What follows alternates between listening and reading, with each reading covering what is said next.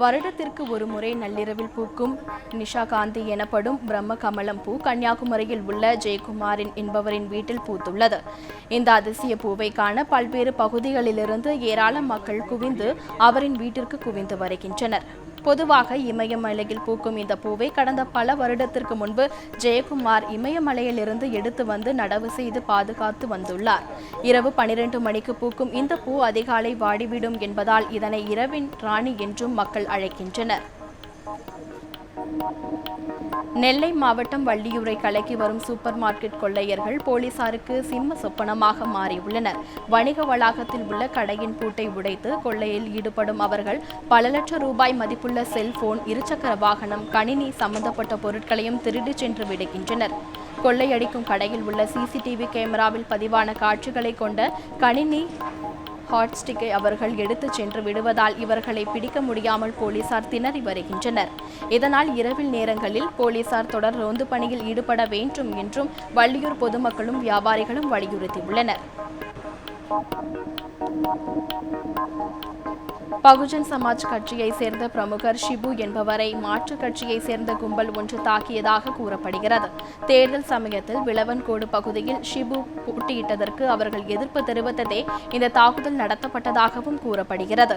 இந்நிலையில் தாக்குதலில் ஈடுபட்டவர்களை கைது செய்ய கோரி ஷிபு அளித்த புகார் போலீசார் ஏற்றுக்கொள்ளாமல் அவரையே மிரட்டியதாகவும் ஷிபு தரப்பினர் குற்றம் சாட்டியுள்ளனர். இதற்கு கண்டனம் தெரிவித்தும் குற்றவாளிகளை கைது செய்ய கோரியும் ஷிபுவை மிரட்டிய போலீஸ் அதிகாரியின் மீது நடவடிக்கை எடுக்க கோரியும் மலைவாழ் மக்கள் கண்ணுமாமூடு பகுதியில் பாரம்பரிய முறைப்படி முரசு கொட்டி ஆர்ப்பாட்டத்தில் ஈடுபட்டனர்.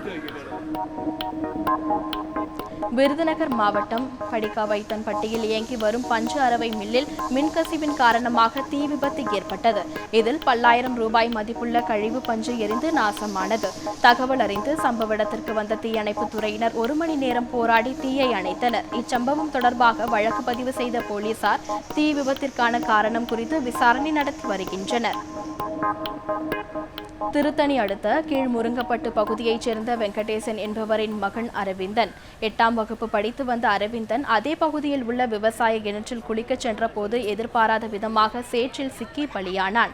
இதை அறியாத அவனின் பெற்றோர் அவன் காணாமல் போனதாக நினைத்து ஊர் முழுவதும் நேற்றிலிருந்து தேடி வந்துள்ளனர். இந்நிலையில் கிணற்றில் அரவிந்தனின் பிரேதம் மிதப்பதாக வந்த தகவலை அடுத்து உடலை கைப்பற்றிய போலீசார் அதனை பிரேத பரிசோதனைக்காக அனுப்பி வைத்தனர். திருவண்ணாமலை மாவட்டம் புலவன்பாடி கிராமத்திலிருந்து வட்டப்பாறை பரடி பகுதியில் நிலத்திற்கு செல்லும் வழியில் SS3 டிரான்ஸ்பார்மர் உள்ள இங்கிருந்து செல்லும் மின்சார ஒயர்கள் 3 ஆண்டுகளாக மின்கம்பத்திலிருந்து கைக்கு எட்டும் தூரத்தில் மிகவும் ஆபத்தான நிலையில் தாழ்வாக உள்ளதாக விவசாயிகள் புகார் தெரிவித்துள்ளனர்.